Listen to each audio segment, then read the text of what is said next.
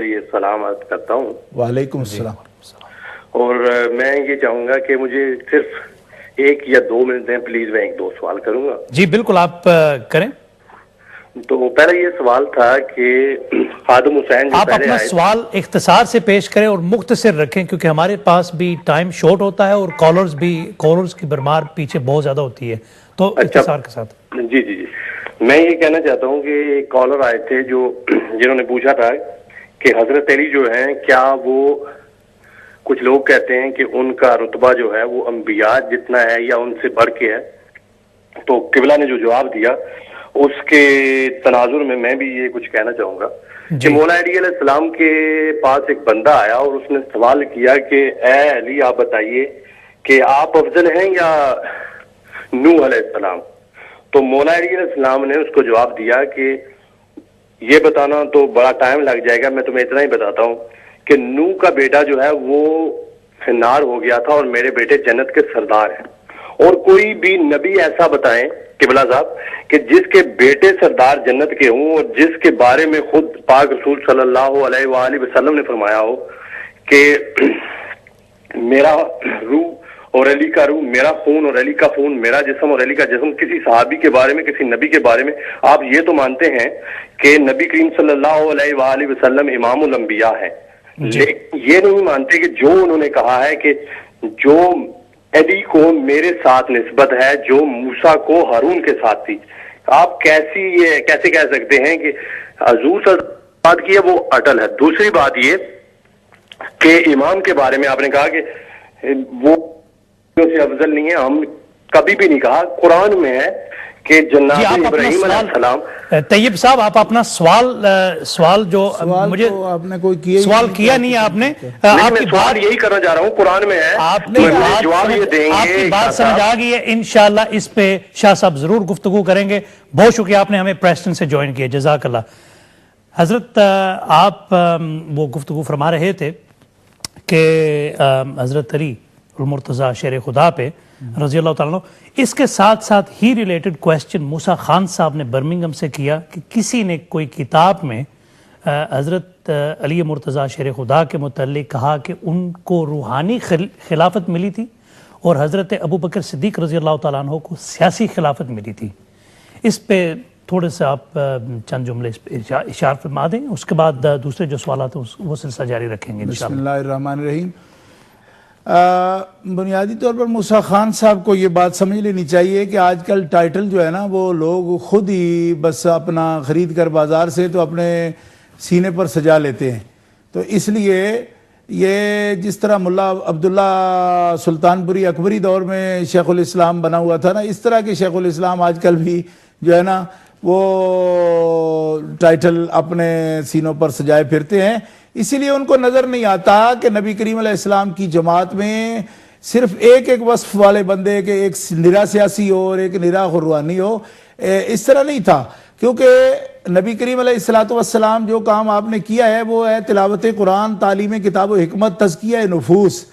تو تزکیہ نفوس کا نام ہی روحانیت ہے۔ تو اس کا امتحان اللہ تعالیٰ نے نبی پاک کی ساری جماعت کا لے کے یہ نتیجہ نکالا ہے کہ لہم مغفرۃ و اجر عظیم، کہ تزکیہ نفوس میں پیارے حبیب تیری جماعت جو ہے نا امتحان اللہ قلوبہم للتقوی، کہ اللہ نے ان کا تقوی میں امتحان لیا۔ اب تقوی میں جو امتحان لے کے مغفرۃ و اجر عظیم فرمایا نا، تو صرف سیاسیوں کو تو نہیں تقوی میں اجر عظیم کی گارنٹی دی جاتی اور ان کو سند دی جاتی۔ تو یہ بات اتنی بہتی ہے کہ اس پر میں بحث کرنا بھی وقت ضائع کرنے کے برابر سمجھتا ہوں۔ کیوں کہ اس طرح تو پھر آسمان کی طرف تھوکنے سے اپنے منہ پر ہی پڑے گا۔ وہ لوگ تھوک رہے ہیں اس کو، اگر حضرت ابوبکر صدیق کی خلافت کو صرف سیاسی کہہ رہے ہیں اور مقابلتاً روحانی کہہ رہے ہیں مولا علی کی خلافت کو، تو یہ میں سمجھتا ہوں کہ چاند پر تھوکنے والی بات ہے، اور ان کے منہ پر پڑا ہوا ہے، سب لوگ اس کو پہچان رہے ہیں۔ ان کی یہ حیثیت نہیں ہے کہ نبی کریم علیہ السلام کے صحابہ پاک کی کوالٹیوں پر وہ اس انداز سے بحث کریں کہ ان کی صفات پر، جب آپ کو اللہ تعالیٰ قرآن میں الاتقا فرمائے، الاتقا، تو کوئی پرہیزگاری ایسی بھی ہے جو روحانیت نہیں ہوتی اور پرہیزگاروں کا بندہ بادشاہ بن جاتا ہے۔ یہ اتنی نکمی اور بودھی بات ہے کہ کوئی بودا بندہ ہی کر سکتا ہے، دوسرا بندہ یہ بات نہیں کر سکتا جس کا کوئی سر پیر ہو اور جس کے پاس کوئی علم ہو یا جس کے پاس کوئی سمجھ ہو۔ تو اس لیے اس بات کی تو اتنی ہی حیثیت ہے کہ الاتقا وہ ہے جو پرہیزگاروں کا بادشاہ ہے، امت محمدیہ کے پرہیزگاروں کا جو بادشاہ ہے، اس سے کہنا کہ روحانی نہیں ہے اور وہ صرف سیاسی ہے تو یہ بات غلط ہے۔ دوسرا، مسلح رسول پر جب آپ کو سرکار نے اپنے حکم سے کھڑا کر دیا تو مسلح پر پھر صرف سیاسی کو کیسے کھڑا کر دیا؟ روحانی کو 25 سال تک پابند کر دیا کہ ان کے پیچھے کھڑے رہو۔ اللہ اکبر۔ تو روحانی ہی فضیلت تو پھر رکھتا ہے نا، کیونکہ اس کو آگے وہی شیخو صاحب کہہ رہے ہیں کہ وہ جو ہے نا وہ خدا کا منتخب ہوتا ہے، تو خدا کے منتخب کو کھڑا ہونا چاہیے تھا نا، تو وہ بھی رسول کے حکم سے وہ کھڑا ہو گیا جو نرا سیاسی خلیفہ تھا۔ اس قسم کی باتیں اب کیا گلا کریں لوگوں سے؟ دین کا جو ہے نا اپنی طرف سے ایک قسم کا کباڑا کرنے کا لوگوں نے ٹھیکہ لے رکھا ہے، اور اللہ بھی جل شانہ کی یہ شان ہے، وہ بھی دیکھ رہا ہے اور مخلوق خدا کی بھی دیکھ رہی ہے، جن کو بصیرت کی آنکھیں حاصل ہے بے شک وہ دیکھ رہے ہیں۔ حضرت ہمارے ساتھ تنویر احمد کیانی صاحب برمنگھم سے انہوں نے جوائن کیا، ان کو شامل کرتے ہیں۔ السلام علیکم۔ وعلیکم السلام سیل احمد قادری بھائی، ٹھیک ہے آپ کیسے؟ الحمدللہ، دعا آپ کی۔ آپ کا کیا سوال ہے؟ سوال بھی ہے، اور شاہ صاحب سے جو شیر اہل سنت ہیں، اور جب یہ بات کرتے ہیں تو ماشاءاللہ سے بہت دلوں کو سرور بھی آتا ہے۔ اور پہلے تو یہ تھا کہ تھوڑی سی اگر بات کر لوں تو پلیز مائنڈ تو نہیں کریں گے؟ جی، آپ ذرا جلدی سے مختصر رکھیں کیونکہ ہمارے پاس ٹائم بھی شارٹ ہے اور کافی سوالات جو بہت شکریہ۔ جی تو بالکل، یہ کہ پہلے تو ہم یہ جمعہ کے دن یا مسجدوں میں جا کے سنتے تھے، اب تو ماشاءاللہ سے امت چینل نے یہ روٹین شروع کیا کہ ایوری ڈے جو ہے نا تفصیل ہوتی ہے۔ تو قبلہ شاہ صاحب سے ایک سوال ہے کہ حضرت ابو بکر صدیق کی شان مبارک کے بارے میں جی، کہ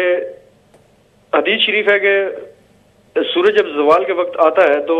وہاں پہ وہ رک جاتا ہے اور اسے کھینچنے والے فرشتے ان کی تعداد 70,000 ہے جی، اور جب وہ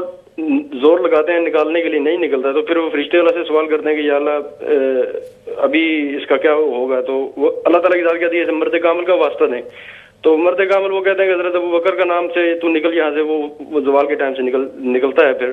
تو شاہ صاحب سے یہ ہے کہ اس کی تھوڑی سی ڈیٹیل جو مزید اس کی وضاحت آپ چاہتے ہیں؟ جی ٹھیک ہے، بہت شکریہ، آپ نے ہمیں برمنگھم سے جوائن کیا، اور دیکھتے رہیے امت چینل، انشاءاللہ آپ کے سوالات کے جوابات ضرور پیش کیے جائیں گے۔ شاہ صاحب قبلہ تشریف فرما ہے، چلتے ہیں شاہ صاحب کی جانب۔ حضرت اس کے ساتھ ساتھ انہوں نے ایک اور سوال کیا تھا موسیٰ خان صاحب نے قوالی کے متعلق کہ اعلیٰ حضرت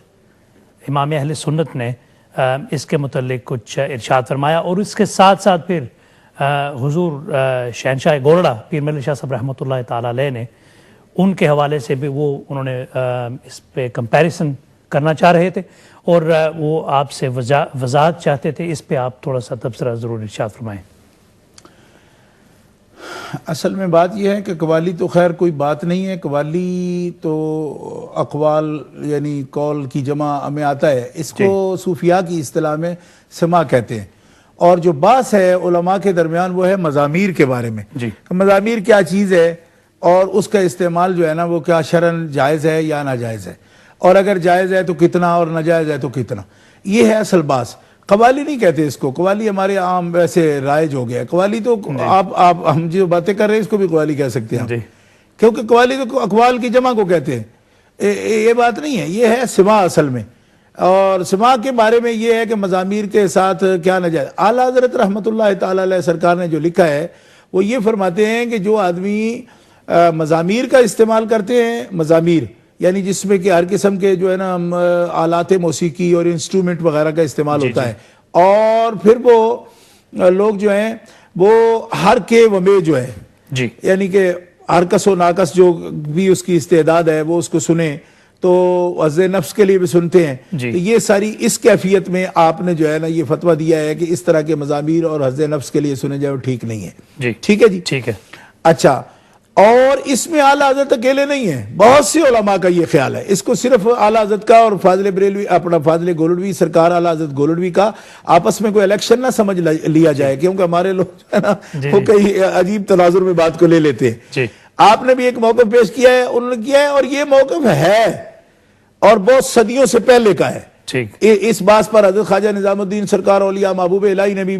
دلائل دیے ہیں، حضرت بلکہ اس سے بھی بہت پہلے داتا گنج بخش رحمۃ اللہ علیہ کتاب کشف المحجوب شریف میں موجود ہے، جو تصوف کی امہات الکتب میں سے ہے، سماع کی ساری قسمیں اور احوال سارے انہوں نے بھی بیان فرما دیے. اس لیے میں یہ ضروری سمجھتا ہوں کہ اس کو کوئی مقامی مناقشہ نہ بنا لیا جائے, کیونکہ یہاں ہوتا یہ ہے کہ جو ایک بزرگ کے ماننے والے پھر دوسرے وہ آپس میں ایک جو ہے نا ٹکراؤ شروع ہو جاتا ہے. اس طرح کا نہیں ہونا چاہیے. بات یہ ہے کہ حضرت گورڑوی رحمۃ اللہ علیہ سرکار اعلی حضرت جو لکھا ہے آپ نے, تو وہ جو احتیاط کے ساتھ یعنی جو بندے اہل ہیں اس کے, تو ان کو کن آداب کے ساتھ اس کو سننا چاہیے اور ان کے لیے فائدہ مند ہے. یہ بات پوری کی پوری کشف المحجوب میں حضرت داتا صاحب رحمۃ اللہ تعالی علیہ نے ان دونوں بزرگوں سے سینکڑوں سال پہلے کر دی ہے. سبحان اللہ. تو اس کے جو سماع کی صورتیں منع ہیں وہ بھی بیان ہیں اس میں, اور جو صورتیں جائز ہیں وہ بھی موجود ہیں. انسٹرومنٹ کے حوالے سے بعض لوگ جو ہیں اس پر بہت زیادہ سختی کرتے ہیں کہ انسٹرومنٹ جو ہیں آلات موسیقی وہ بالکل ہی حرام ہیں یا اللہ لعب میں آتے ہیں جیسے قرآن نے کہا. لیکن قرآن کے اندر بھی یہ بات ہے کہ لہو الحدیث لیضل عن سبیل اللہ. جی بعض لوگ اس آیت کریمہ سے استدلال کرتے ہیں وَمِنَ النَّاسِ مَن يَشْتَرِي لَهْوَ الْحَدِيثِ لِيُضِلَّ عَن سَبِيلِ اللَّهِ, کہ جو کھیل تماشے کی بات کرتے ہیں اور اس طرح کے کوئی لیتے ہیں. اور وہ اس کی دلیل بھی تھی کہ اللہ کے ذکر سے روکنے کے لیے وہ کافر جو ہے لونڈی ایسی لاتا تھا کہ وہ بولے گی کچھ آیت گانا نشانہ سنائے. تو لیضل عن سبیل اللہ جو ہے وہ دلیل ہے اس بات کی کہ جو بھی مضامیر آپ استعمال اس لیے کر رہے ہیں کہ خدا کا راستہ بھٹکانے کے لیے, تو وہ حرام ہی ہوں گے. جو بھی اس لیے پڑھاتا ہے کہ اللہ کا راستہ بھٹک جائیں لوگ, نہ نماز پڑھیں نہ روزہ رکھیں نہ دین کی طرف جائیں, تو حرام ہوگا. یہ تو خود مقصد بتا رہا ہے. اور جو اللہ کی طرف لے کے آنے والا ہے وہ اس سے کے ساتھ ابھی آپ دیکھیں کہ آپ دکھا رہے ہیں اس پر بھی کہ جب پرنس چارلز جو ہیں وہ اس میں یونائٹڈ والے جو فنکشن ہے آپ موجود تھے, تو آپ نے باقاعدہ کور ہوا اس پر کہ پرنس جو ہیں وہ اپنا پاؤں جو ہیں وہ ہلا رہے تھے نا, وجد میں آئے. تو اب یہ ہے کہ یہ جو صرف مسلمانوں کے لیے تو بات نہیں ہے. اگر آپ غیر مسلموں کو دعوت پیش کر رہے ہیں تو سب سے قریب ترین ذریعہ جس سے آپ کچھ سنا سکیں, ہاں تو میرا خیال ہے وہ تو دودھ بھی پیتا بچہ بھی ان کا ہو تو پیتا ہے, تو وہ بھی کسی تھوڑی بہت ہی بات سن کر ہی پیتا ہے. تو چشتیہ سلسلہ نے دراصل افیکٹ کیا تھا اس وقت بھی ہندو معاشرے کو, تو ان کے قریب جا کے ان کو سنایا تھا جو سنتے تھے, اور پھر دیکھ لیجئے اس کا رنگ کتنے لوگ جو ہے ادھر بھی آ گئے. اب جو اگلی منزل ہے کہ آئے ہوئوں کو آپ کتنا خالص کرنا چاہتے ہیں, تو انہوں آئے جی میں مرضی جو کول ہو ان تو کیا, لیکن ان کو سنانے کے لیے پھر بھی یہ پرنس چارلز کی تازہ مثال ہے. ابھی آپ پیش کریں گے یہ پروگرام میرا خیال ہے ٹی وی پر, تو لوگ دیکھ لیں گے کہ میرا خیال یہ ہے ان کو اتنے وجد میں لانا کسی اور کام سے نہیں ہو سکتا. سبحان اللہ سبحان اللہ. مراکش کا وہ صوفی جو پڑھ رہا تھا تو سرکار کی آل پاک کی اس وقت شان کا شعر پڑھ رہا تھا, لیکن اس کے ساتھ ساتھ دیکھ رہا ہے کوئی